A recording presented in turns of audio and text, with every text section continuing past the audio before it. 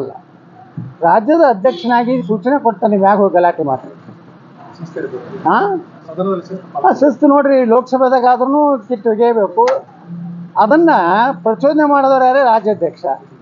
ಈಗ ಪಾಪ ಆ 17 ಮಂದಿಗೆ ಅಷ್ಟೇ ಇದಕ್ಕೆ ಏನು ಅನಾಮತ್ ಅಲ್ಲ, ಎಲ್ಲರಿಗೂ ಅನಾಮತ್ ಆಗೈತೆ ಬಿ ಜೆ ಪಿ ಒಳಗೆ.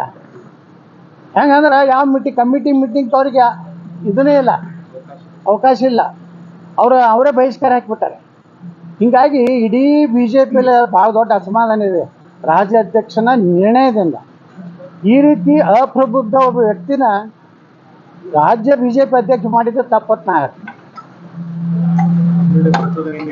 ಹೌದೌದು. ಶಾಸಕರು ಇವತ್ತೇನು ಬಲಿಪಶು ಆಗ್ಯಾರ, ಅದಕ್ಕೆ ರಾಜ್ಯಾಧ್ಯಕ್ಷನ ಪ್ರಚೋದನೆ.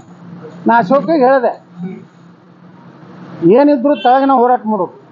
ಸ್ಪೀಕರ್ ಪ್ರತಿಭಟನೆ ಮಾಡೋಕ್ಕೆ ಅವಕಾಶ ಇದೆ, ಆದ್ರೆ ನೀವು ಅಲ್ಲಿ ಕುರ್ಚಿ ಮ್ಯಾಗ ಯಾರು ಹೋದ್ರು ತಪ್ಪೇ.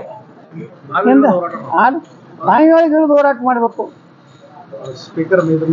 ನೋಡ್ರಿ, ನಮ್ಮ ಪ್ರತಿಭಟನೆಯನ್ನು ಸ್ಪೀಕರ್ಗಲ್ಲ ಸರ್ಕಾರಕ್ಕೆ ತಿಳಿಸ್ಬೇಕಾದ್ರೆ ಬಾಯಿ ಕೆಳಗೆ ಆ ಸ್ಟೆಪ್ ಹತ್ತಬಾರ್ದು. ಯಾಕಂದ್ರೆ ಅದಕ್ಕೆ ಆದಂಥ ಒಂದು ಇದು ಇದೆ. ಅದನ್ನು ಬಿಟ್ಟು ನೀವು ರಾಜ್ಯಾಧ್ಯಕ್ಷ ಹೇಳ್ತಾನೆ ಅಂತೇಳಿ ಅನಿವಾರ್ಯ. ಪಾಪ ಕೆಲವೊಂದು ಮಂದಿ ಹಿಂಗೆ ಬಿ ಜೆ ಪಿಯಲ್ಲಿ ಪರಿಸ್ಥಿತಿ ಆಗೈತೆ, ಅದು ಮುಂದೆ ಟಿಕೆಟ್ ಕೊಡ್ತಾರೋ ಇಲ್ಲೋ ಅಂತ ಭಯ.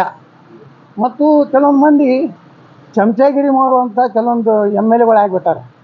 ಅಪ್ಪಾಜಿ ಅನ್ನೋದು, ವಿಜೇಂದ್ರ ಹೋಗಿ ಕಾಲು ಮುಗಿಯೋದು, ಅವ್ರ ಅಪ್ಪಗೆ ಹೋಗಿ ಮನ್ಯಾಗ ಕಾಲು ಮುಗಿಯೋದು, ಹಿಂಗೆ ಮುಗಿದು ಬಿ ಜೆ ಪಿ ಏನೋ ಒಂದು ಮೊದಲು ಸ್ವಾಭಿಮಾನಿ ಪಾರ್ಟಿ ಇತ್ತಲ್ಲ, ವಾಜಪೇಯಿ ಅದ್ವಾನಿ ಇದ್ದಾಗ ಈಗ ಇಲ್ಲ. ಯಾರು ಮತ್ತೇನು ಮಾಡ್ದಂಗೆ ಅಲ್ರಿ ಪಾಪ.